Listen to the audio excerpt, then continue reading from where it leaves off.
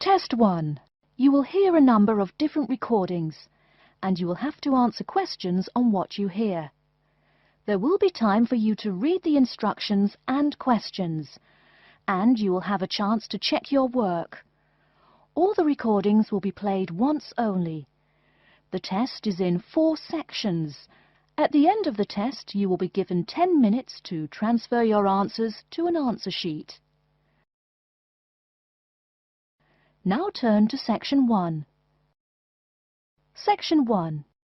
You will hear a conversation between a clerk from a moving company and a woman who wants to relocate to the United States.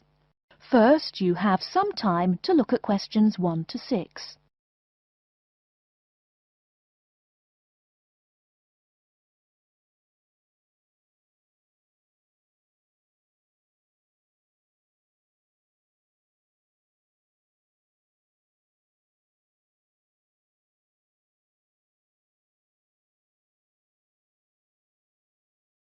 You will see that there is an example which has been done for you.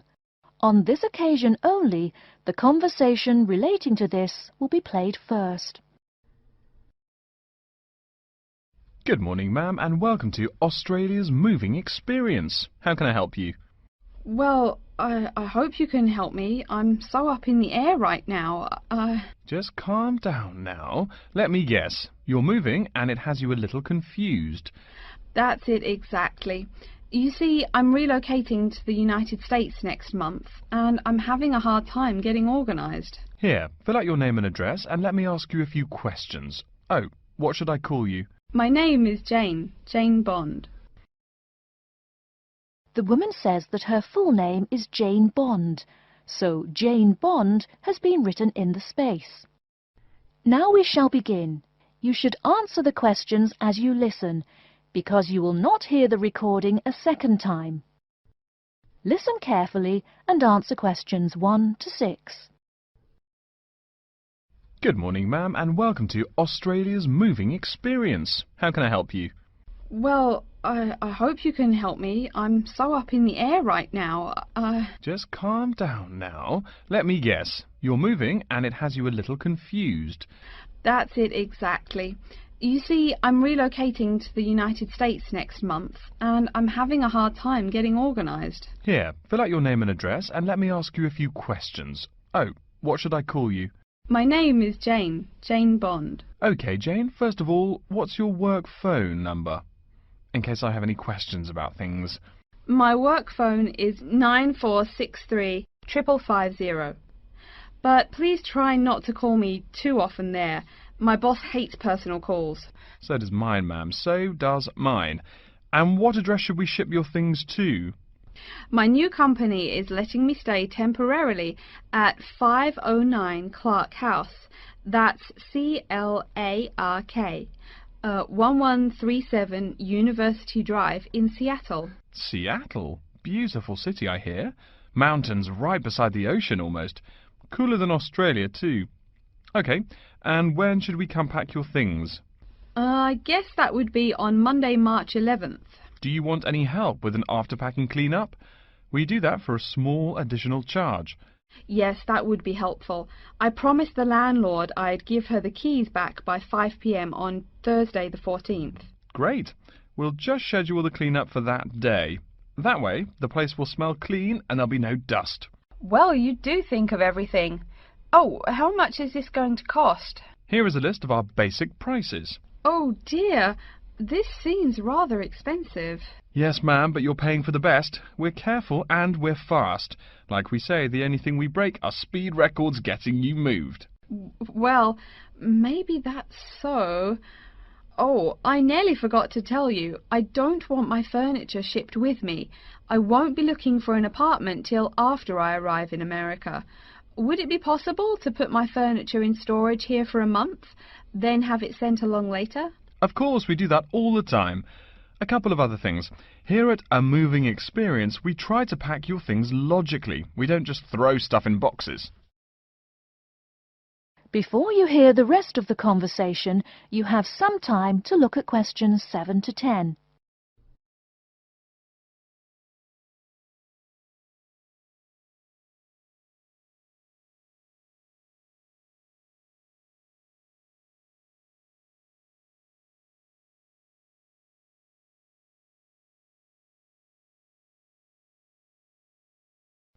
Now listen and answer questions 7 to 10. Do you have any special requests? You know, things you want packed in some special place so you know where to find them. Like what? Oh, I don't know, things like dishes maybe. Not to be rude, but you look like a lady who likes to eat. Ah, yes, I need my dishes and things where I can find them quickly. Great. We'll put those dishes and cutlery in what we call the emergency pack. Can you think of anything else? I do have an antique tea kettle my great-grandmother gave my mother. I wouldn't want to lose that. So I guess you'd better put that in storage with the furniture. Grandma's tea kettle with the furniture. Got it. Say, how about things like your alarm clock? You don't want to miss your plane on the big day, right? Well, you certainly think of everything. Yes, that's right. I'll also need my alarm clock where I can find it. Fine, we'll put that in your personal package. And of course, we'll give you a list of where we pack everything. So all you'll have to do on Thursday the 14th is grab your luggage on your way out the door. I couldn't help noticing the new CD player you're carrying. Is that a Samsung? Why, yes it is. One of their best. Cost me nearly $100, it did. Do you want to take special care of it? I mean, it's brand new. Take care of it, but nothing special. You can just put it in storage with the furniture. That looks like everything we need here. I guess you're all set. That was certainly quick. Thank you, young man. This has been a most moving experience. That is the end of section 1. You now have half a minute to check your answers.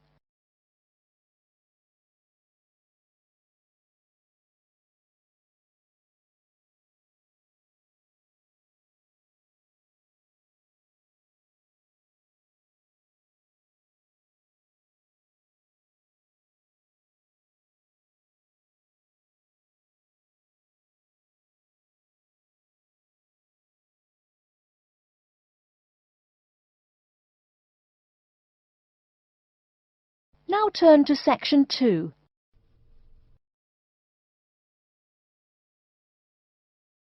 Section 2. You'll hear an introduction to a conference on computer system language learning. First, you have some time to look at questions 11 to 16.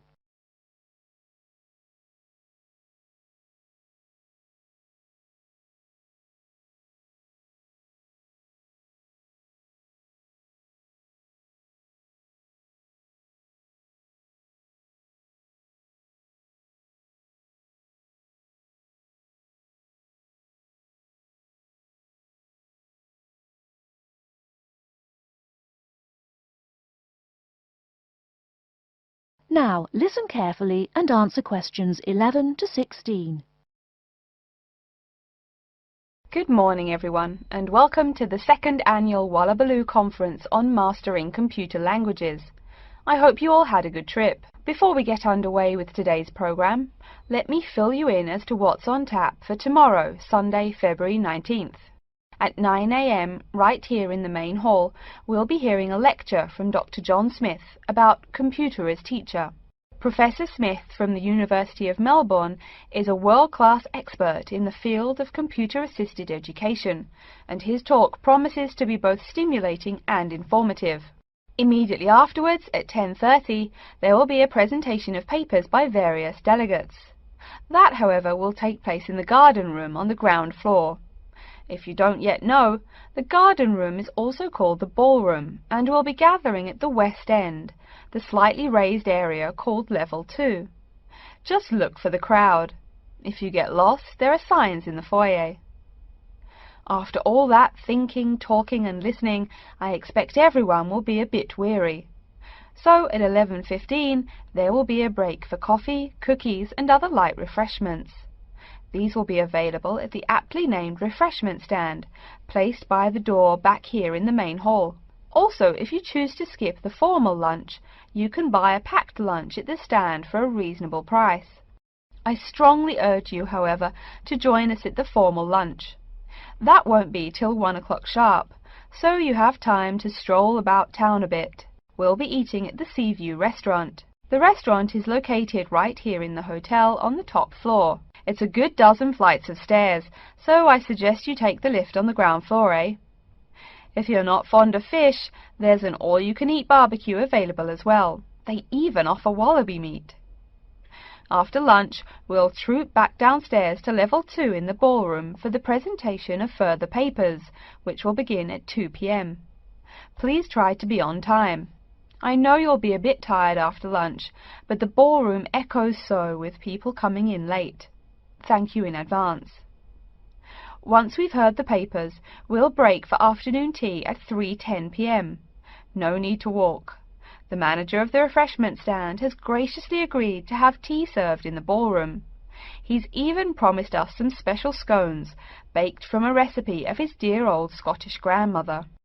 Then, tea being drunk and scones munched, we'll retire here to the main hall for some closing remarks and questions. So, by 5 o'clock, we should have the conference wrapped up.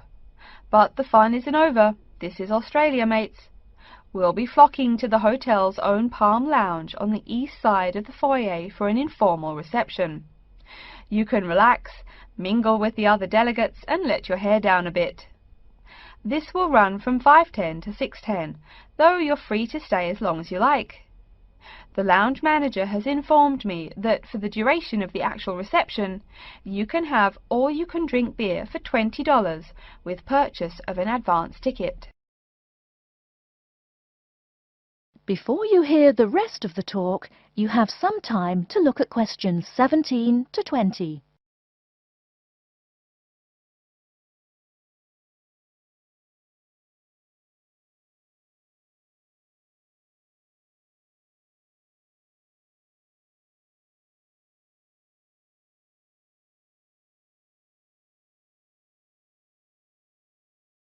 Now listen and answer questions 17 to 20. And yes, tickets can be purchased from any conference organizer or at the front desk any time between now and the start of the reception.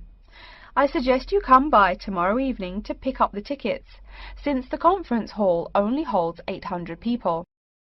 That way you can also get your journey planned ahead of time and be sure not to miss this truly memorable conference. If you want cocktails, however, I'm sorry, you'll have to pay for those at the regular price. Oh my goodness! Speaking of paying, I see I forgot to tell you a couple of things. The first is about lunch. The charge for the lunch will be $15 for all you delegates. If you have guests with you, the cost is $25 for the general public and $6.50 for children under the age of 10. That's $15 each, not total for everyone. Another item is about the lunch menu. I very much urge you to try the fish. I mean, look at the restaurant's name, the Sea View. As the name suggests, it is a famous seafood restaurant. The chef is a Basque from Spain, and he really gets quite put out when people ignore his fish specialities for burgers or barbecue. If fish isn't your thing, though, try the steak. He makes an exquisite filet mignon topped with blue cheese and mushrooms. Finally, if you'd like to buy a ticket, you can have both lunch and unlimited beer for $35. I should have mentioned that earlier, but I am a bit forgetful. Maybe I should avoid the beer after the conference, eh? Well, I've said my bit. Are there any questions? That is the end of section 2. You now have half a minute to check your answers.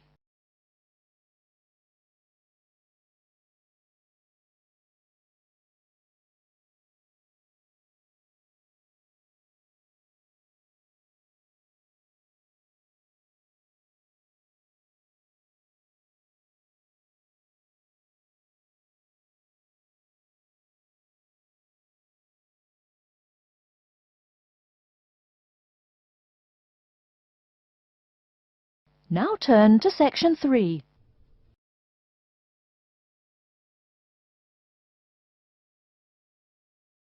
Section 3. You will hear a student called Tina asking Professor Van Diesen for advice on choosing courses. First, you have some time to look at questions 21 to 26.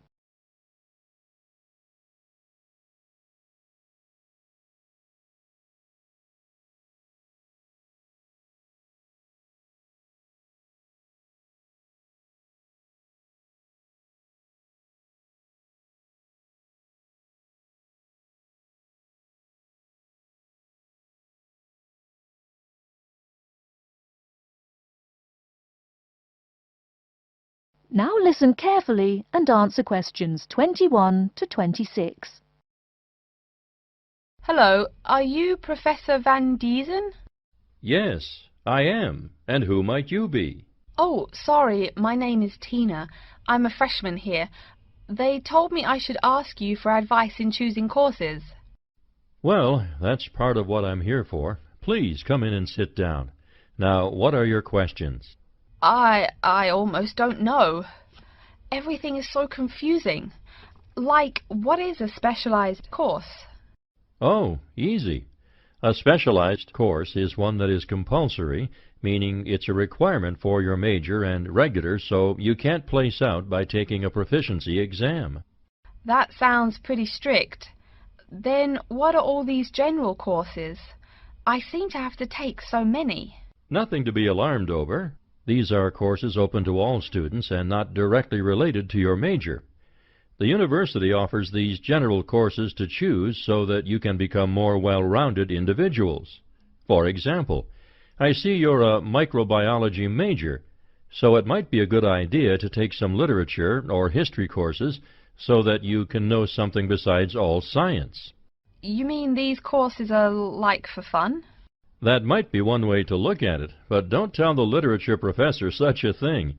Think of a general course as the opposite of a specified course. A specified course is one that pertains directly to your major. So, can I take any microbiology course I want? Let's see. Oh, those courses used to be open to microbiology students only. The good thing is now it's open to students on a flexible schedule, so it's not only for full-time students. So the answer is yes, if you have the instructor's permission. May I ask you why you chose microbiology? Well, I also like plain old biology too. You know, full-size animals.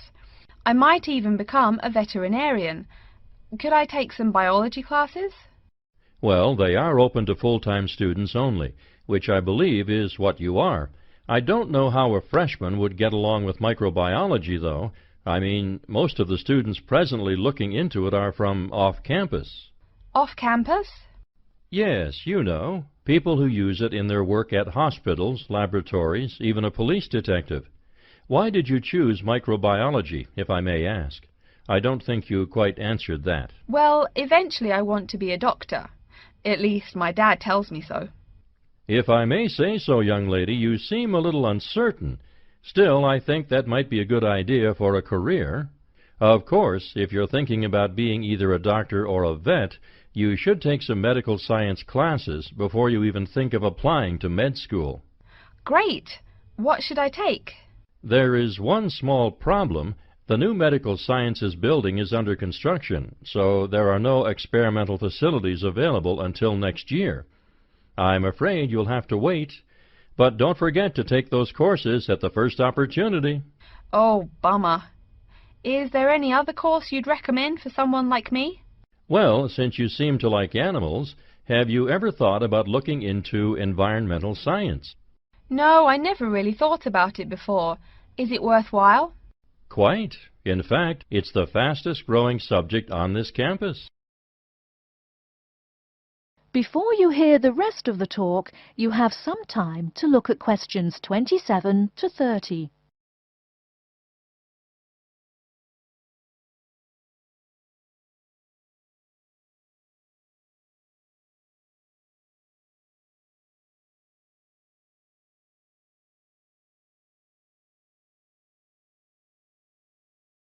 Now listen and answer questions 27 to 30.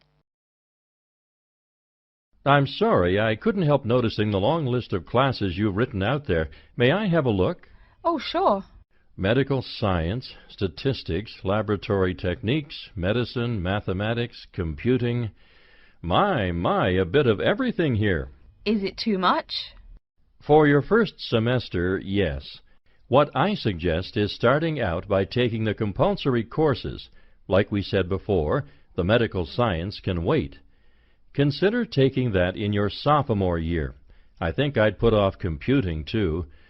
I recommend to all freshmen that I talk to get the compulsory mathematics out of the way as early as possible, so take that one. It'll be one less difficult course you have to focus on when the science lab opens next year and you have to catch up on classes like laboratory techniques. Your major also requires statistics, so you have to balance 2 math classes, and no doubt you should take that. Otherwise, get your required medicine course out of the way by taking something theory-based. Oh, of course, and your environmental science class, if you're interested. The others can wait, though I think computing is definitely a good idea, even though it's not required. I see, too, on your paper there you seem to have had high marks on the entrance exam. Yeah, I guess so. Don't be shy. Have you thought about applying for a scholarship? Do they have any? I mean, my dad is always complaining about how much money it costs him. In your department there are actually 3 full scholarships available. They cover tuition and provide $1,500 cash. $1,500 cash? Party! Please, miss, the money is intended more as a textbook allowance, not party money. If you promise to behave, I'll show you how to apply. Great, and thanks. That is the end of Section 3. You now have half a minute to check your answers.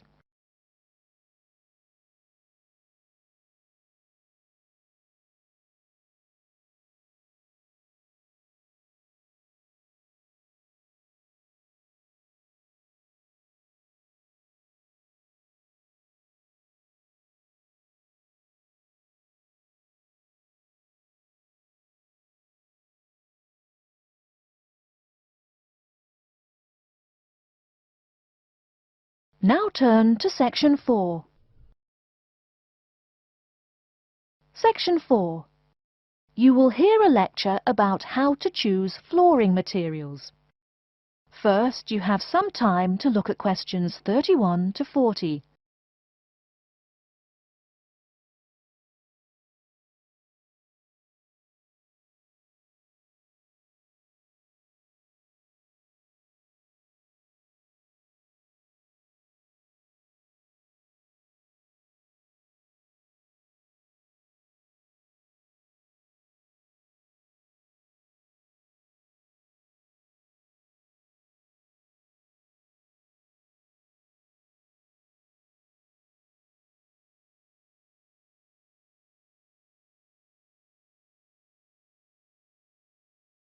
Now listen carefully and answer questions 31 to 40.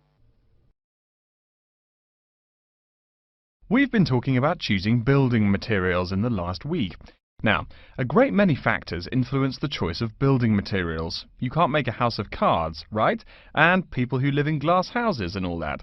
Anyhow, today I'd like to say a few words about flooring. Some artificial materials can be used, like plastic for instance, which offer mixed blessings when used as a flooring surface. On the one hand, plastic is cheaper than nearly any other alternative, short of bare ground. Plastic also does not warp like wood. On the other hand, the best that can be said about plastic is that it looks like wood or stone. However, it cannot replace the real materials. As I have mentioned, I'm fixing up a new house. The decorator my wife hired told me plastic does a great job of looking exactly like plastic. Besides, it scratches easily, fades or discolors, and starts cracking within a year or two. So, if you're fitting out a sleazy hotel or plan to live in a trailer park, go with the plastic. Really though, for all intents and purposes, this leaves us with wood or stone as choices for flooring. Stone and wood are alike in at least one respect. Both go through processing before they can be put to use. Since few of us cut our own lumber or quarry our own stone, this is not perhaps a pressing concern. Still, do-it-yourselfers would do well to remember to buy only properly seasoned wood. Unseasoned wood warps, and a warped floor quickly becomes firewood, and its owner quickly becomes poorer. Likewise, except for dull-hued materials like slate or sandstone, most stone floors are polished before installation. The choice goes well beyond just wood or stone. Each type requires many further considerations. A few special remarks are called for when considering wood. For example, as always, aesthetics, personal taste and layout all play roles, as well as the type of house or room. Oh, and certainly don't forget the cost. When it comes to cost, a rule of thumb is that the softer and less exotic the wood, the lower the cost. In the US, for instance, pine is both ubiquitous and cheap. Mahogany is imported and exorbitantly expensive. If you're on any kind of budget when remodeling, it's really helpful to remember to go for the softer woods. Aside from cost, there are still lots of different factors that are important in choosing the best flooring for the job. Continuing with the example of wood, one must consider the effects of each type of wood on the mood of the room. When selecting the best wood to use, particular attention needs to be paid to its grain patterns, texture, and colour. In rooms where relaxation or deep thought is the aim, say bedrooms or the study, dark, strong-grained woods are the rule. Here, the grain ought to match the furniture for a feeling of homogeneity. In rooms where activity and motion are typical, the dining room or living room, lighter, finer-grained lumber is more suitable. In such a setting, the wood grain might be useful in offering a contrast to the furniture. This leads to a feel of subconscious excitement in keeping with the room's function. In either case, though, consult a decorator. It is a decorator's job to know what materials to use to fit the function of the room. Though some things about putting together a room are subjective and based on one's individual taste, materials appropriate to a room's function are much more straightforward. A decorator takes the needs of the customer and uses a mathematical formula rather than subjective words. Since feelings vary from person to person, verbal descriptions of wood types tend to be ambiguous. You want the wood you select, not something approximate. And if you do decide to do it yourself, remember that all wood must be treated with preservatives to enhance its appearance and preserve its natural beauty. In the case of stone, or quarry tile, as flat-cut flooring stone is properly called, a new set of considerations must be weighed up. Simple colour aside, the degree of reflection must be kept in mind. This is called the reflectance rate, which is expressed in a number between 0.0 and 1.0, depending on the amount of light it reflects. At one end of the scale is polished silver. At a rating of 1.0, this shiny surface reflects nearly all of the light directed at it. Numbers closer to 0 describe materials that absorb more light. Moving down the scale a bit, we see that plastic that has been painted white has a rate of 0.8, which makes sense. We know that the colour white reflects all other colour, while black absorbs all colour, and plastic itself is a relatively reflective material. Materials that are denser and darker have reflectance rates much closer to 0. The quarry tile I mentioned a while ago has a rate of 0.1. As you may know, quarry tile is generally dark brown and made from clay, so it is quite dense. Of course, there is considerable variation among types of quarry tile because of the hue or treatment of the clay during its creation. Does anyone have any guesses as to what material may have a rate of almost 0.0? We can guess most of these materials are black in colour, but plastic, wood and even stone reflect some light. One material with a rate of almost 0.0 is black velvet. The texture produces almost no shine at all. Carrara marble, despite its white hue, is actually lower in reflectivity than black onyx. In any case, the fact that tiles vary somewhat should not be forgotten. A highly reflective floor would not be suitable in a library. It would be indispensable in a ballroom, should your home be large enough to feature one. Again, a rule of thumb is that light means lively. Since form and material follow function, one should only use the more reflective materials in rooms where the cultivation and expression of energy is important.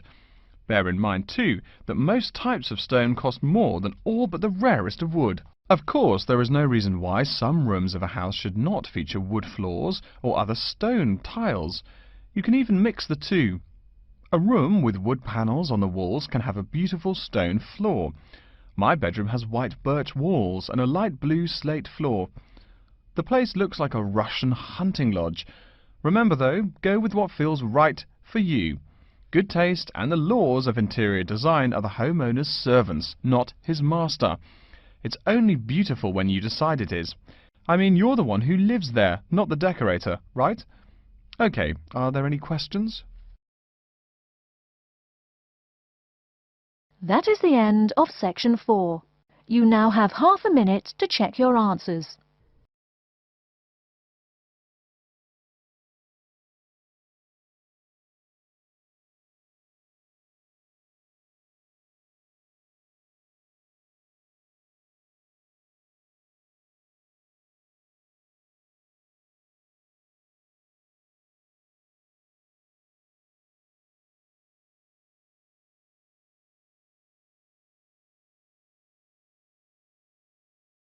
That is the end of the listening test. In the Ielts test, you will now have 10 minutes to transfer your answers to an answer sheet.